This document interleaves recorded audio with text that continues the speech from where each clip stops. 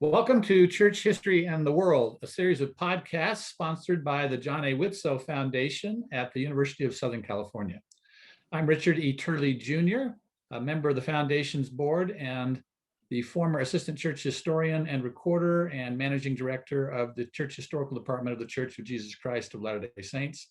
And we're pleased to have with us this evening Dr. Steven C. Harper, a professor of church history and doctrine at Brigham Young University and editor-in-chief of BYU Studies Quarterly. While we're waiting for some of our listeners to sign on, I'd like to announce a couple of other forthcoming events. On the 28th of March, which is 2 weeks from this evening, we're going to have an event called Latter-day Saints Celebrating Holy Week with the Bay Area Latter-day Saints Studies Council. The times I'm giving you are Pacific Daylight Time, so if you're in another time zone, please take that into consideration. And then next month, as part of this series, Church History and the World, we're going to feature Jenny Reeder, author of a forthcoming book about Emma Hale Smith, in a session titled The Contributions of Emma Smith, First Lady of the Restoration. For tonight's podcast, I'd like to introduce Dr. Harper. As I mentioned, he's professor of church history and doctrine at Brigham Young University and editor-in-chief of BYU Studies Quarterly.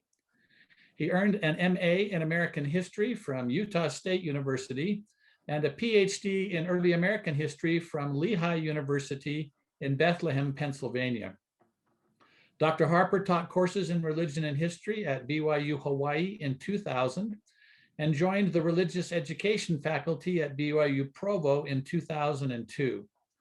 He also taught at the BYU Jerusalem Center for Near Eastern Studies in 2011 and 2012.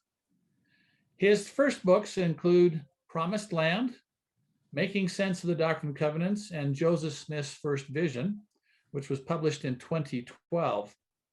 That same year, Steve was appointed to be the managing historian and a general editor of Saints, the Story of the Church of Jesus Christ in the Latter Days. And in that role, he and I had a chance to work together closely. He was named editor-in-chief of BYU Studies Quarterly in September 2018.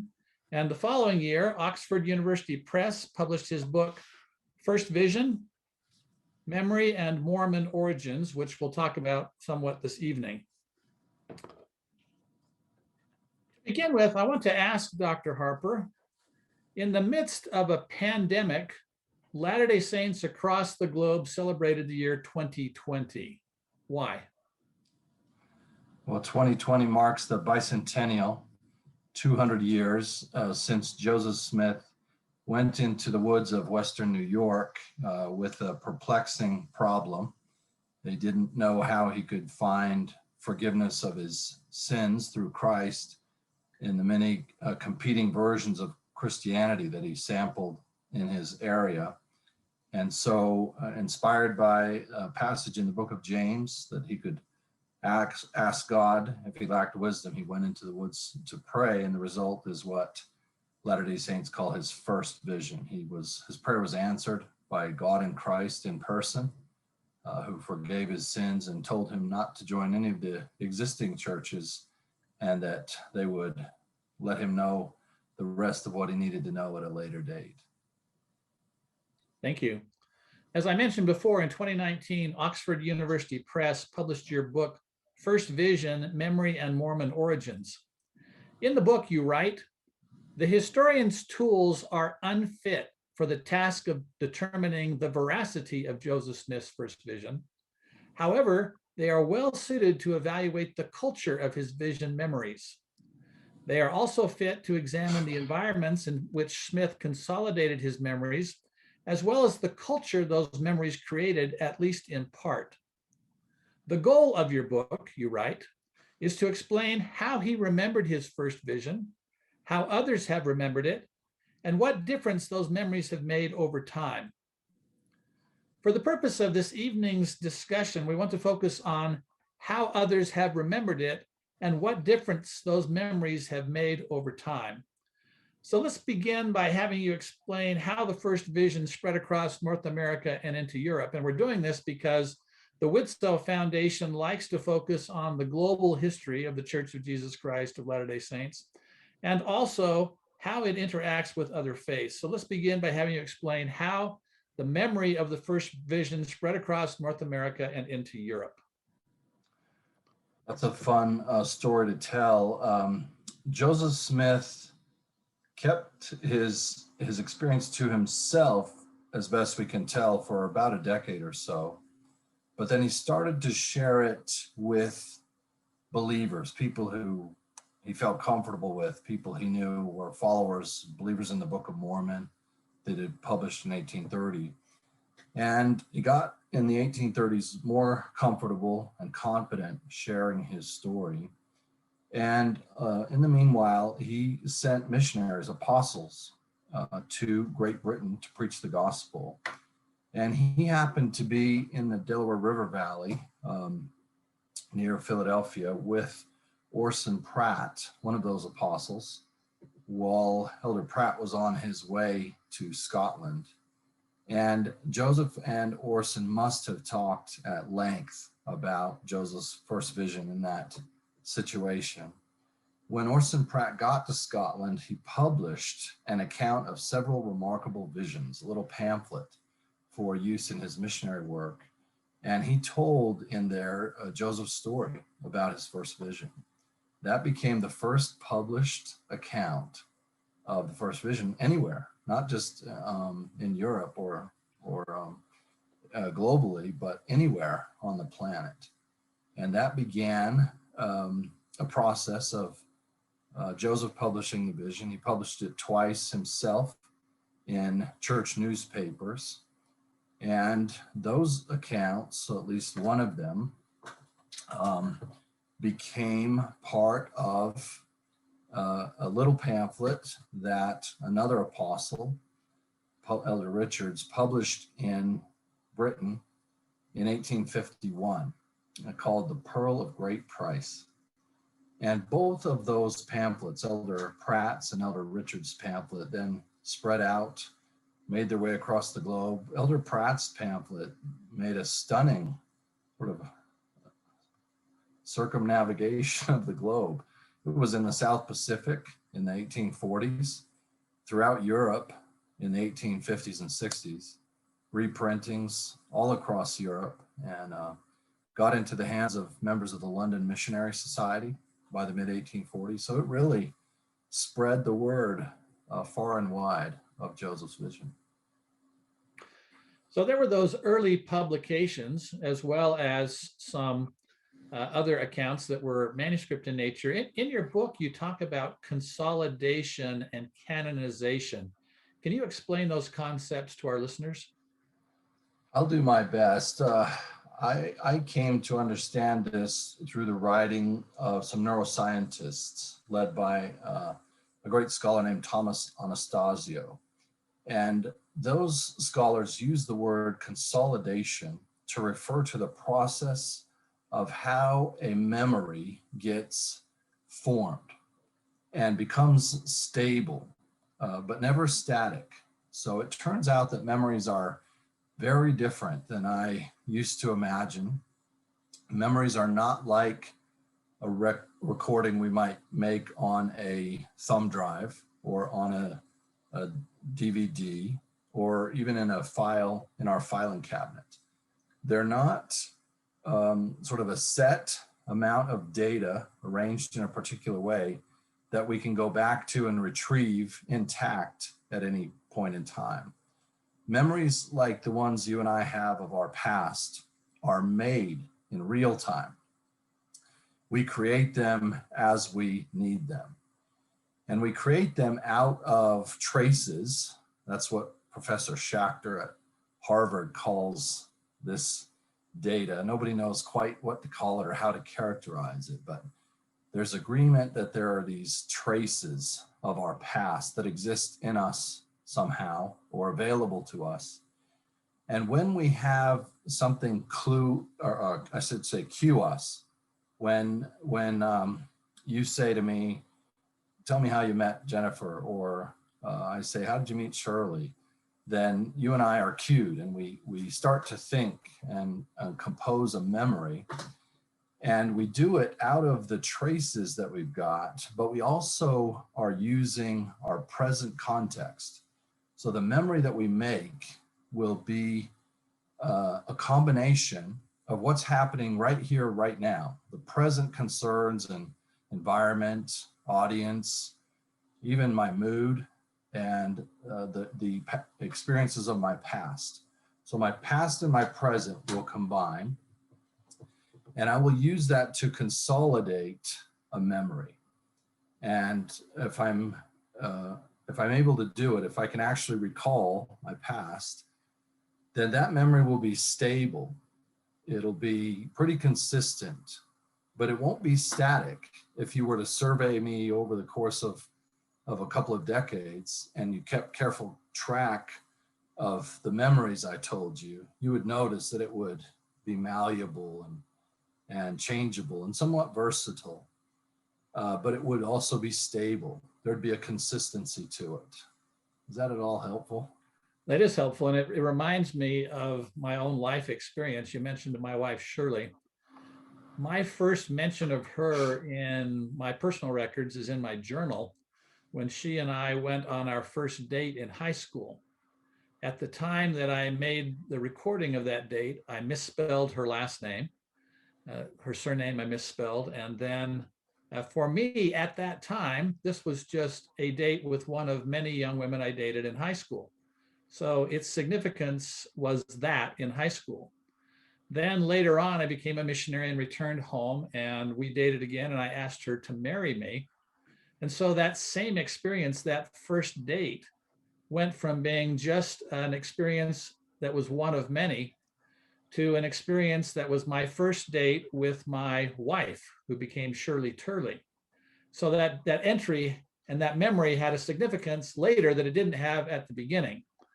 Then later on, when we had our first child, the significance was that we were having a child together. And so that first memory was of the mother of our children. And so it goes to the present time when we've been married, for 43 years. The meaning of that passage changes, and the meaning of that first date changes to me, though there's the stability along with that. So I think that's, if I'm understanding you correctly, that's what you said happened with Joseph Smith. Exactly. That's a perfect example of how the same past, right? That experience happened once for all. It's the same, no matter what happens over time. But it's also the case that the meaning of it changes over time with subsequent experience. So you consolidated a memory, and you've now rehearsed that memory over time. It's deeply ingrained. You're never going to forget it. But you've also had a lot of subsequent experience that have reshaped it and given it a whole lot of interpretive memory that you didn't have at the time. Another way to say it is you recorded a factual memory in your journal, and then you've had a lot of interpretive memory of that fact over time. That is definitely what Joseph Smith did as well. Thank you. And let's pause at this point and tell our listeners that with about half an hour to 20 minutes left in our session, we will answer questions from you. So if you're logged on, go into the Q&A section and add your questions. There will be a number of questions that will be reviewed by a John A. Widtsoe Foundation staff member who will serve them up to us. You can vote questions up higher in the queue by clicking on them. So that'll help to sort them and determine which ones we begin to answer first. So going back to some questions that I have for Steve, you mentioned some of the key publications that took Joseph Smith's memory and began to propagate it in, first of all, in Great Britain and Europe and in North America. What were some of the key publications that became the vehicle for spreading the word of Joseph Smith's first vision across the globe?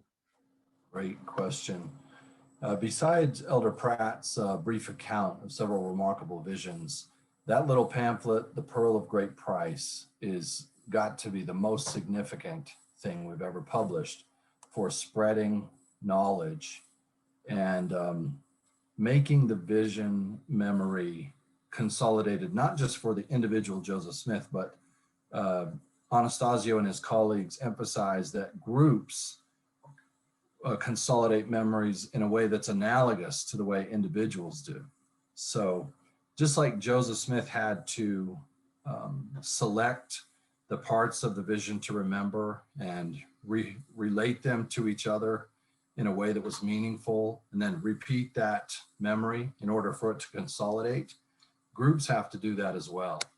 And Latter-day Saints have done that by privileging the account of Joseph's first vision, putting it in the Pearl of Great Price, reading it, remembering it, retelling it over and over until it became a group consolidated memory.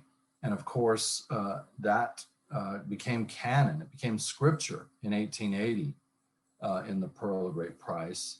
And that account of Joseph's vision, of course, is spread with the global growth of the church.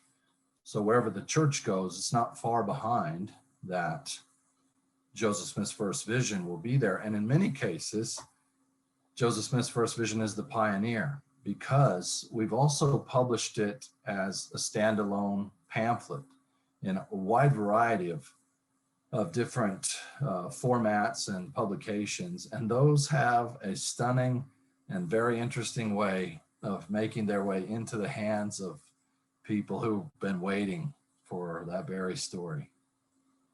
Thank you. In my various roles with the church, I've traveled to nearly 100 countries studying the history of the church. And I know that the church began in New York State in the United States of America. By 1833, it had spread into Canada. In 1837, the first missionaries went to Great Britain. And then there was a second mission in 1839 that went there. And then they began to spread across Europe and into even the Middle East. I know that there was even someone who joined the church in England and made it to Australia by 1840. Do you have any idea how the first vision story got into Australia? I don't know that story, how it first got there. Do you? I don't. I suspect that the early publications of the church that went there in various forms, as they typically do, people go to a certain area and then they'll order publications. In that case, they probably would have ordered publications from the church's mission in Great Britain. I suspect they would have gotten it that way. But let's talk about the spread into other locations. I know that in 1852, the church called about 100 missionaries to go out throughout the globe, sent missionaries to Asia, for example. Do you have any idea how the first vision story got to Asia? I don't know how it first got there, but we know a wonderful story of a very early Indian convert. So I'm 100 years closer to our time than you were a second ago, but Paul T. Do you know how to pronounce his name, Rick? We'll go with that. We'll call him Paul T. for our purposes. He was an Indian and looking for true religion, right? Struggling to find his way in a way that sounds a lot like young Joseph Smith. And he was in a bookstore and opened a book somewhat randomly, and inside the book found a copy of the pamphlet that had Joseph Smith's account of his vision in it. He read it, became converted by it, and embraced the gospel. And that story is replicated in one variation or another all over the continent, all over the globe, really, I should say. In Africa, in Taiwan, in Vietnam. I can think of a few stories that illustrate that. Great. Well, of course, missionaries went to Asia, beginning with that mission that left Utah in 1852. Some of them went to the area that we now call the Far East. They were not very successful and returned. The ones who went to India spent some time there. So there's some likelihood that the story may have gotten there as early as the 1850s. What about Latin America? Any idea how the story got there? I don't. I haven't been able to trace the origin, the original version of it into Latin America, or as you said, into Southeast Asia. Do you know how it gets there? I would suspect that the church's efforts to get into South America were threefold before they were successful. The first effort was made by Party P. Pratt, who headed down to Chile in 1851 and 1852. Given the timing, it's very possible he may have had some information about that he knew or took with him. Orson was his brother who published the first pamphlet more than a decade earlier. So it's possible that Partley took that information with him into Chile.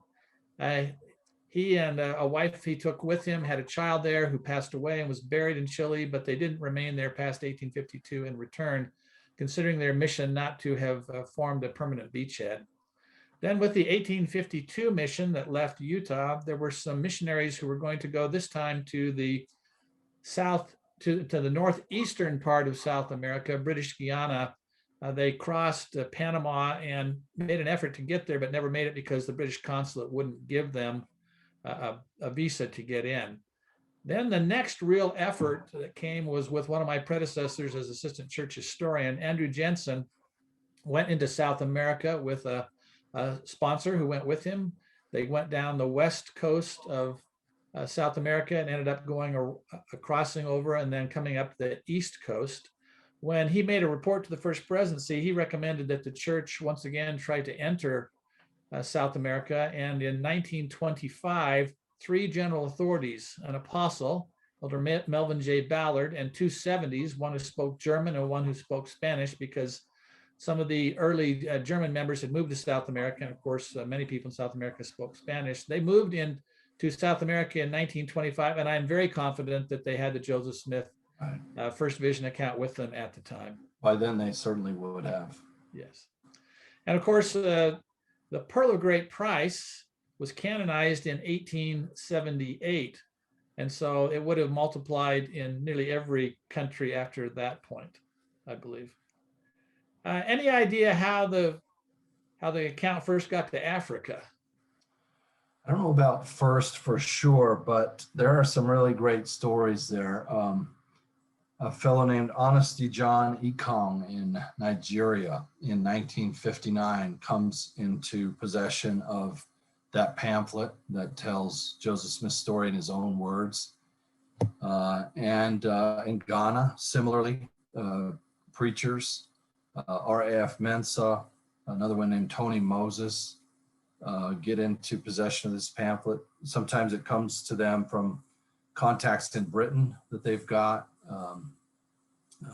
So in the late 1950s and early 1960s in sub-Saharan Africa, several people are coming into possession of Joseph Smith's own story, and it's powerful for them. It tells a story they relate to very much.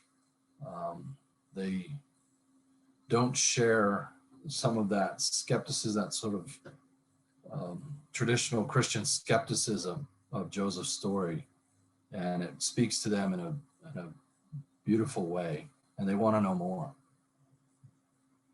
Great, very interesting. And I suspect that it also made its way into the church's congregations in South Africa well before then. And from then with missionaries who were teaching primarily white South Africans at the time, but also some Black South Africans as well. So I suspect that it spread beginning with that first missionary group that went down there in the 1850s and continuing, of course, to the present day. Finally, and I think this may surprise some listeners, if we talk about the gospel of Jesus Christ and Joseph Smith's story going to every continent, we of course start with North America, with the United States, Canada, and ultimately into Mexico. Then we also talked about spreading into Great Britain, continental Europe. We talked about going into Asia and Africa, and we talked about Australia. There's one more continent that some people may think it didn't reach, which is Antarctica. What can you tell us about Antarctica? Well, there was an exploratory base established there in the 1940s. And it sort of, after the World Wars, it sort of closed down. But in the 1960s, some archaeologists went back.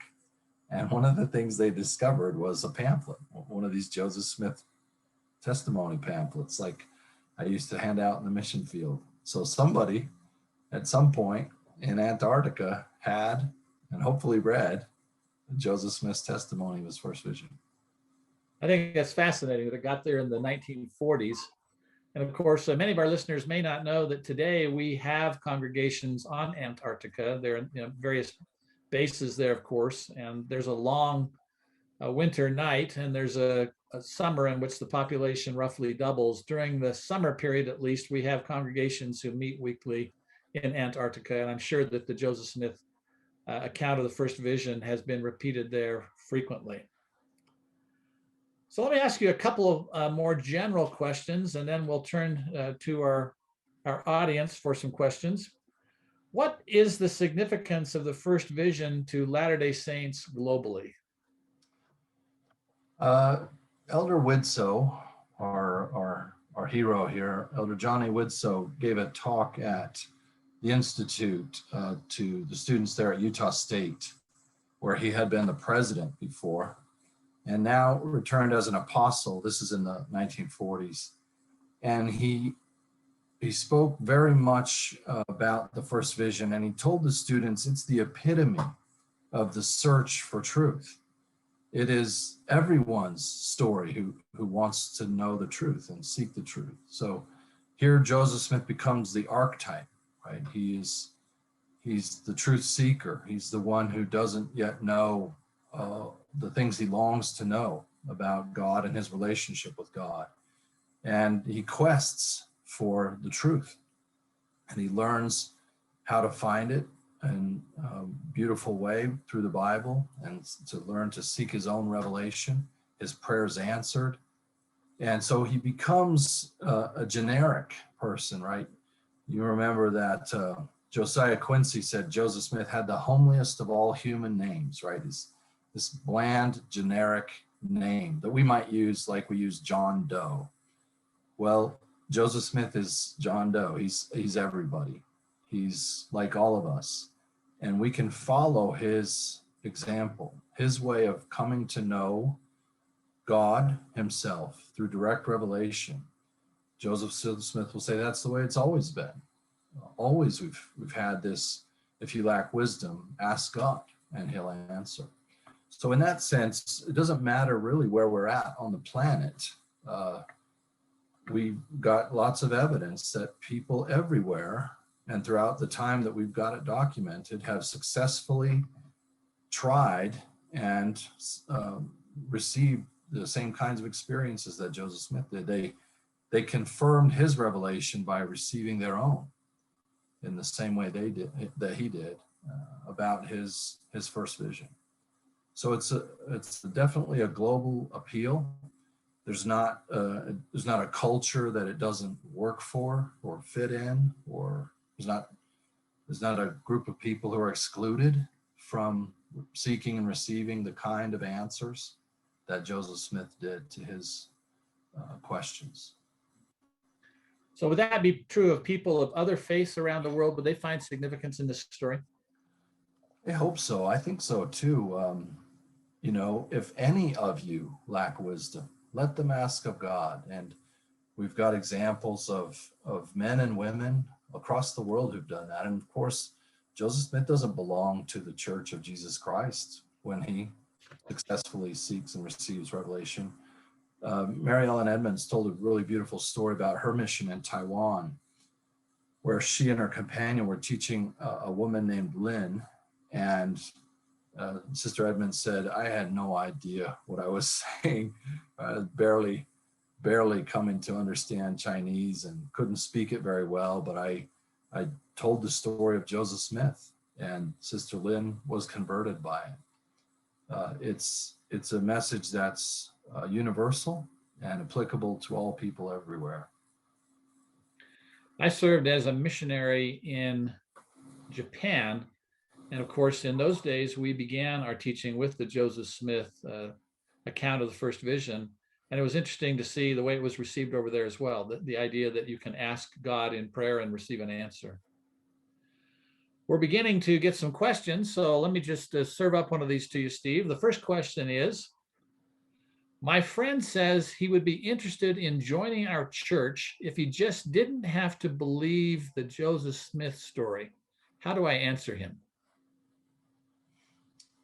Boy, I'd say, come on. You don't have to believe it.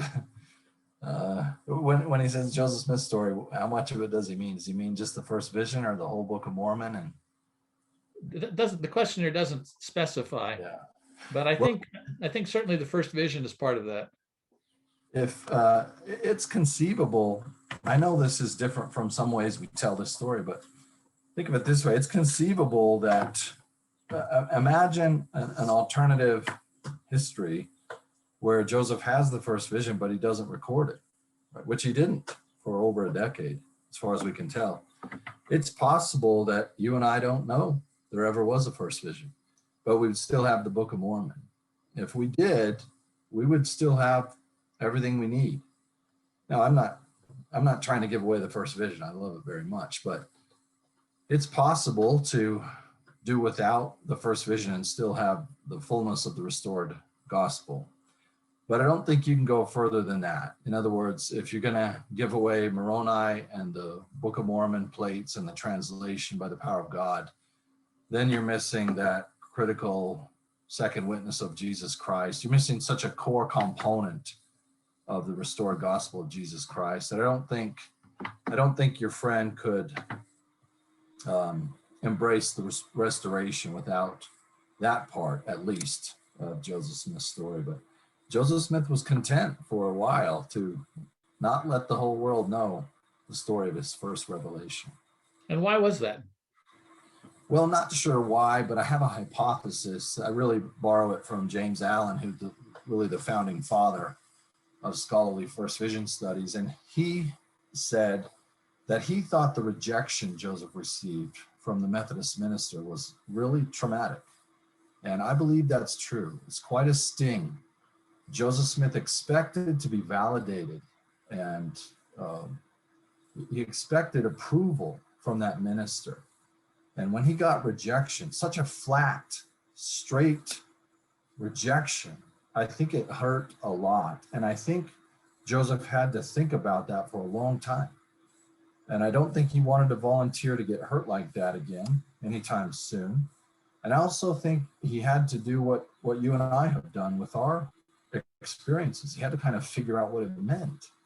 If it didn't mean what he thought it meant the day of, which could very well have been, I just successfully had a Methodist conversion experience, or at least something that should be approved by a Methodist minister.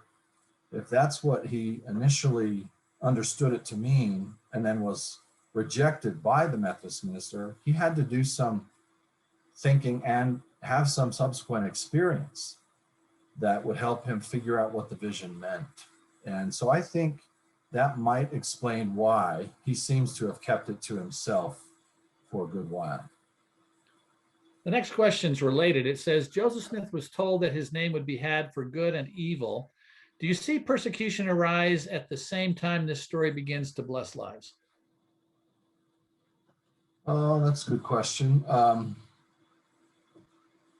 Yeah, by the time Joseph Smith is becoming known, right, as the publisher of the Book of Mormon, there's definitely opposition by then, even before then.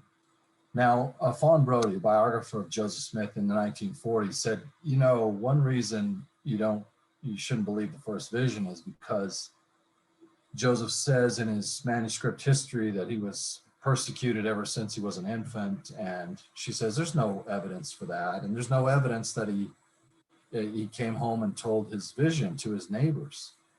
There aren't letters from Manchester or Palmyra or newspaper accounts saying that Smith kid just claimed a vision. So I don't think that Joseph's first vision was well known, if known at all, to anybody but him and the minister for a good long time. In other words, there's no evidence that he told anyone else. His accounts say, I could find none who would believe the heavenly vision. And some people might say, well, no, his manuscript history says he told his mom, but it actually doesn't say he told his mom. It says, Mom, I've learned for myself Presbyterianism isn't true. There's no account that he told his family. So, in other words, long way to answer this question. I don't see persecution against Joseph for the vision itself in any other sources, but maybe his manuscript history. But I definitely see the persecution come along with the coming forth of the Book of Mormon. That's when it's pervasive in other sources as well. And it just ramps up. It just gets hotter and heavier with some ebb and flow until they murder him in 1844. And it is global. It is true that what Moroni told him is true. His name is known for good and evil in every nation, kindred, tongue, and people now. Thank you. Let's ask another global question. Is there any indication that members of the church outside of the U.S. have assigned meaning to Joseph Smith's first vision other than what we frequently hear in general conference, namely as either one, a story about God answering prayers regarding religion, or two, a story about God beginning the restoration by opening this last dispensation? This is a great question to which I don't have a great answer. I'd like to do the research that would lead to an answer to this question. The place I would begin is with art. There's a wonderful body of art from Latter-day Saints in and outside of the United States that focuses on the first vision. And you can look at it, and I'm no expert on art, but you can tell there's influence right? There's a global influence or influences. There's a wonderful piece created by some indigenous people from Panama, Mola, I think is the right way to talk about it, kind of a cloth artwork.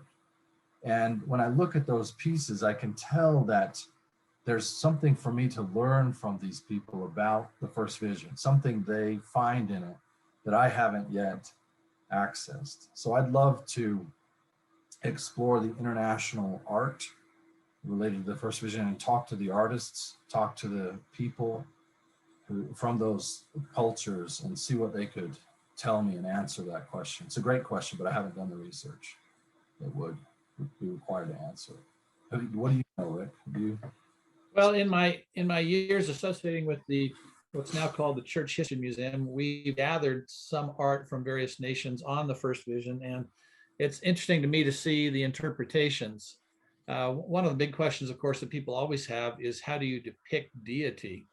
And often when people depict deity, they depict the deity from the vantage point of their own culture, which is interesting to me. The next question: when it comes to a story like Joseph Smith's, where he tried to search for truth, how do you think people in countries where that's not an option react or relate to his story? I assume this means in countries where belief is not encouraged. Right. Boy, that's a good one. I don't know. I'm come from a pretty privileged background with constitutionally guaranteed rights and so forth.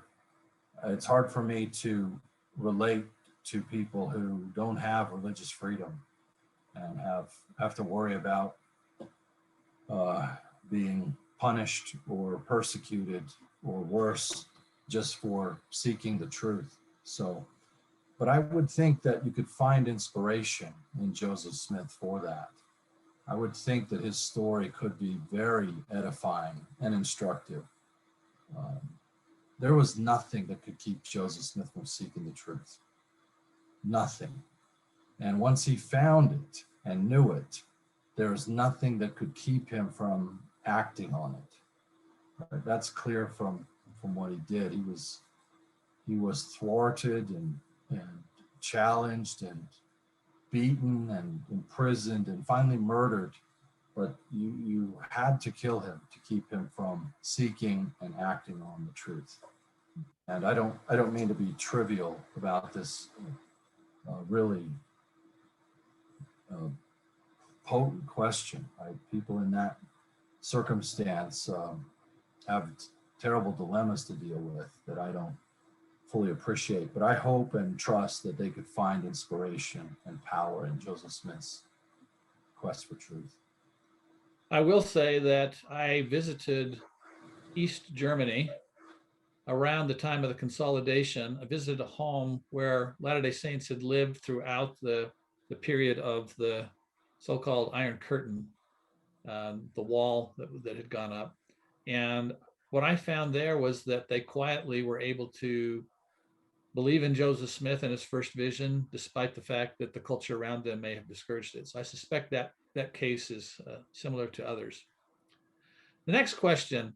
Some critics of the church claim that the differing accounts of the first vision prove that the story is not reliable. But another view is that differing accounts of the first vision provide a fuller picture of what really happened. What insights can be gained about the first vision by reviewing the different published accounts? Oh, that's a great question.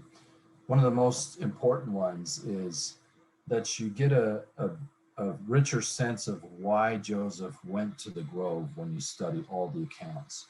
The canonized one makes it clear that he's looking for the true church, but it doesn't make it real clear why he's looking for the true church. And when you study the other accounts, you realize that he's looking for the church of Jesus Christ so he can find forgiveness of his sins. He's on a quest for redemption, Christian redemption. That's what he wants. And he's desperate for it. And that really doesn't come through unless you add the other accounts to the one that's in the Pearl of Great Price. You can also get a sense for how relieved Joseph was. The resolution to the plot is consistent throughout the accounts. And you really, when you study them all together, you realize how difficult Joseph's dilemma was. He uses lots of words that are powerful words to describe it. Perplexed, he was distressed, great anxiety, great difficulties. And when you put all the accounts together, these add up, they pile up. You can sort of feel the stress and the pressure and the difficulty of Joseph's dilemma. And that makes the answer to his question, the revelation of the Father and the Son in the grove, makes it that much more powerful. So that's another thing that can be gained from reading all the accounts. What else, Rick? What would you say? What else do you get gleaning from? I think there are several things that happen when you read the multiple accounts. One is that you get an idea of how long Joseph struggled to get his answer. Sometimes I think when people read the account that's in the Pearl of Great Price, the Joseph Smith history official account that's been canonized, they feel as though this was very easy for Joseph. He had a question, he read a passage in the scriptures, he went into the grove to pray, and bingo, he got an answer. Right. Whereas when you read all of the accounts, you see that he's beginning to worry about the eternal welfare of his soul around the age of 12. He's attending various meetings. He's talking to people. He's struggling. He's asking questions. He's not getting answers to his questions. He's just really, really perplexed and struggling very, very hard. I think it's a better model for those of us who seek spirituality to realize that this wasn't simple for Joseph. It took a long struggle before he got the answer that he did. Great point. That really only comes out when you study the accounts together. I will say for our listeners that if you don't know where to get access to the various accounts, we've put them all on the Joseph Smith Papers website. So you can go there to find all of the accounts, both published and unpublished. They're in the Gospel Library app now too, in the church history. Good point. Gospel Library app as well. So they're readily accessible. The next question. Can you talk a little more about the church in China, please? As a BYU teacher, we couldn't share the gospel and met in a branch, but could not talk with the Chinese members. It seems the church, while unacknowledged as one of the 5 permitted religions, is very strong. When did that begin? Let me see if I can tie that into our topic of the first vision. In my role, again, as a church employee, as assistant church historian and recorder, I have visited the Forbidden City in Beijing, where the land was dedicated by Elder David O. McKay in 1921. And we do have a strong church in China today. By agreement with the Chinese government, the native Chinese people meet separately from expatriates. So if you're a visitor over there and you're not a native Chinese person, you're not going to be meeting with native Chinese, but we have strong Chinese congregations there. I will say that in the dedicatory prayer for China that was given by David O. McKay in 1921, there's reference not to the country, but to the realm of China. And what's fascinating about that is that there are something like 55 million expatriate Chinese. So there are more native Chinese living outside of China than there are populations of most countries of the world, or many countries of the world at least. And so we have native Chinese all over the place. And as I've traveled around the world, I've met native Chinese who are members of our church and congregations around the world, or who are serving as missionaries now from mainland China. So the church is strong in China. The church follows the direction given by the Chinese government there in order to have its congregations. But the church is spreading among native Chinese, not just in China, but around the world where they have gone for an education or jobs and so forth. And then sometimes they'll return to China and strengthen the congregations there. Next question. Please, Steve, again. Glad you knew the answer to that one. The next question is, why did other religions claim that it was blasphemy for Joseph to say that he saw God? Good question. This might be best answered by somebody who understands traditional or creedal Christianity better than I do, but I'll take a crack at it and Rick can clean up any messes I make. There are lots of ways to answer this question, but one way is to notice that in traditional Christianity, everything is based on some Greek philosophical ideas from about 300 to 500 years after Christ. And they all go back to the idea that God is one thing and the originator of everything else. So that has important implications for a vision of God in Christ. For one thing, it challenges what you can conceive of God to be like, what God can do and can't do, and who he could be. And it has had the effect of causing many Christians to conceive of God and Christ as the same, of the same substance, essentially the same thing. This is, in other words, a root reason why not only Joseph's first vision, but much of the restored gospel is repugnant to traditional Christianity. This is the reason that the idea that we existed premortally is repugnant. It's the reason that Heavenly Father and a Heavenly Mother are repugnant to Christianity. And it's the reason why coming into the presence of God in Christ in the grove is repugnant. And it's especially the reason why becoming like our heavenly parents. President Oakes has said, our help me here, Rick, our highest, our theology starts with heavenly parents, and our highest aspiration is to become like them.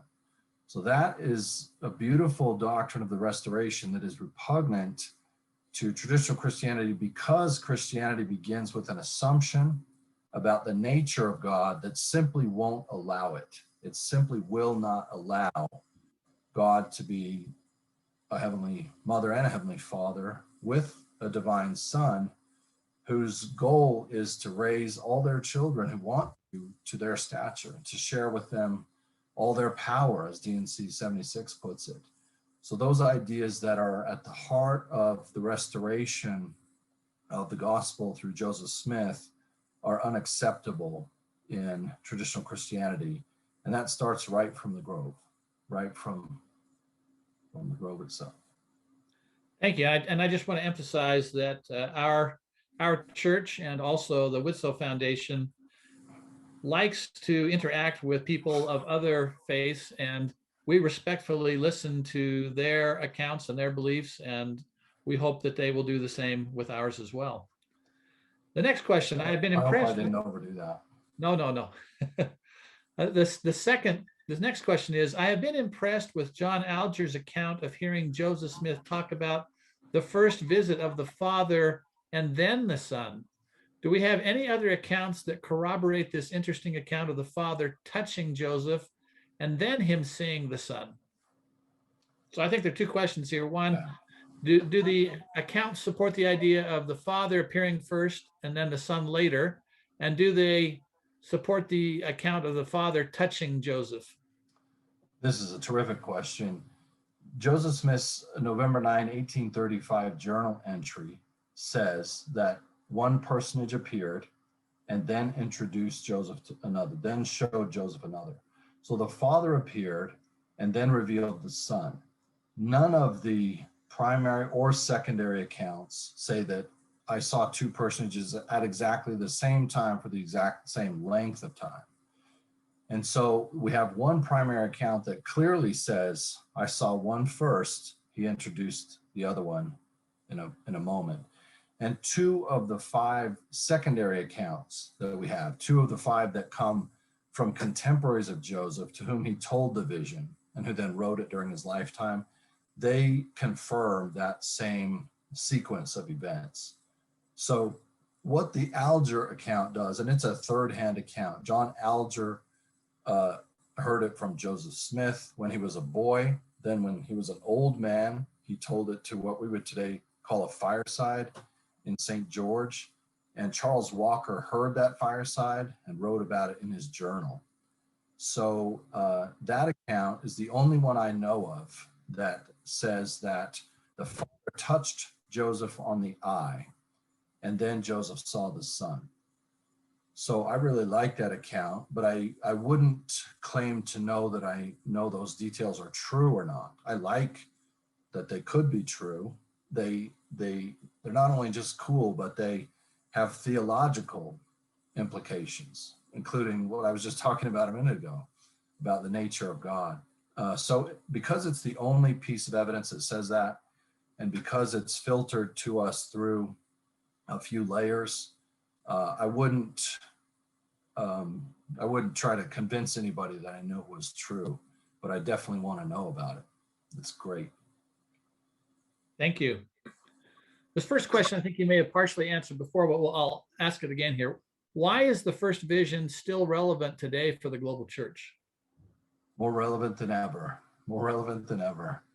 There's more and more people who are on a quest to know God, to know who they are, and they're standing before God. That doesn't go away. Even you might say, well, there's an increasing tide of secularism. Well, maybe there is, but along with it is an increasing longing by millions of people to know God. And if you lack wisdom, you can ask God. You can seek and receive direct experience with God, unmediated. That's what the first vision teaches us, no matter who you are. And I think that message is more and more relevant. Again, to quote Elder Widtsoe, or to paraphrase him, it is the epitome of the search for all truth. The first vision is our archetype. It's applicable to everyone everywhere in the quest for truth.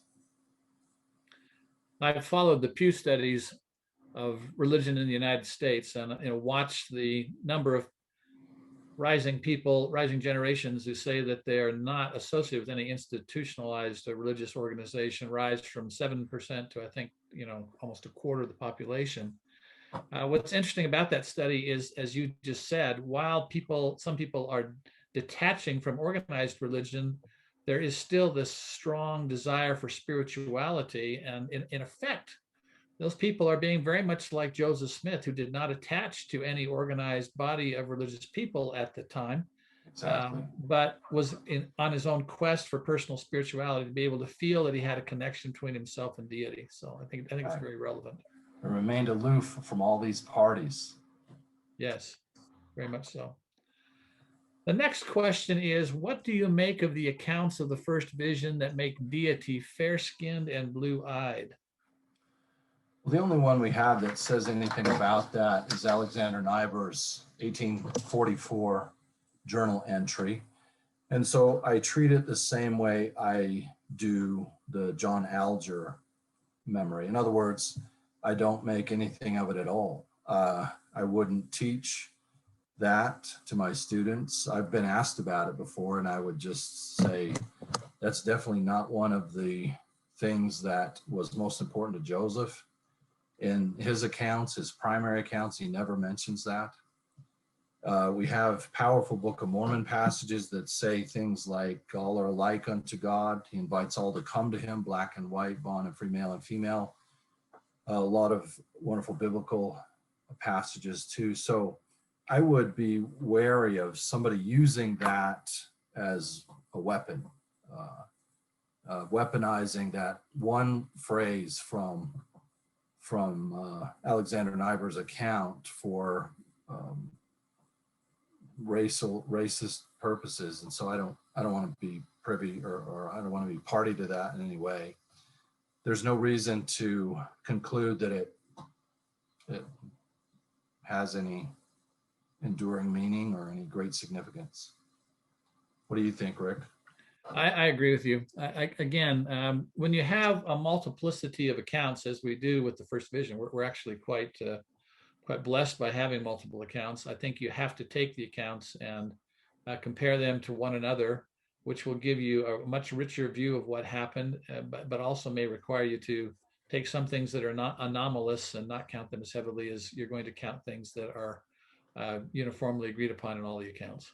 Right. There's no way to know that that's not just Niebuhr's own view or his interpolation, or there's no way to know for sure where that information comes from.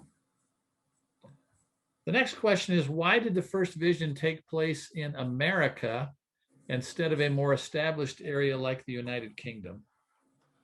That's a good question. I don't know that it couldn't have. But it might be the case that you needed the combination of destabilizing influences that upstate New York in 1820 produced. People don't typically seek, I don't, in my prayers are sort of lackadaisical when everything's going great, and they intensify when things are difficult for me and I have hard challenges. And I'm not trying to say that people in Britain or elsewhere didn't have hard challenges, but the unique set of circumstances of Joseph's time and place might have been the catalyst that led him to the grove. And that means that the new republic, with explicit constitutional guarantee of freedom of religion, has led to a multiplication of Christian churches. Joseph Smith's grandparents had one choice of a church, and his parents now have many, and he now has many in a relatively short time. And there's been, in the same amount of time, a market revolution that has really destabilized Joseph Smith's family economy and their future prospects. And this disruption of how are we going to make a living and how are we going to be saved, that combination of forces is what causes Joseph Smith's family to end up in New York in the first place. And it definitely causes part of his trouble and confusion and quest for revelation as well. So that might be the answer. I don't know. I don't know for sure why. I wouldn't ever say it had to be the way it was. It just, for whatever interesting combination of reasons, was the way it was. We want to thank Dr. Harper for joining us today. We're just about out of time. We still have 14 unanswered questions, which we're sorry we weren't able to get to today. Let me just, before we conclude, talk about two future events being sponsored by the John A. Widtsoe Foundation. The first is 2 weeks from today at 5 p.m. Pacific time. The event is called Latter-day Saints Celebrating Holy Week with the Bay Area Latter-day Saints Studies Council. And then next month, as part of this same series, Church History in the World, Jenny Reeder, author of a new book on Emma Hale Smith, will speak on the contributions of Emma Smith, First Lady of the Restoration, and we hope you will join us for both of those events. Once again, we thank Dr. Harper and wish all of you a good night. Thank you.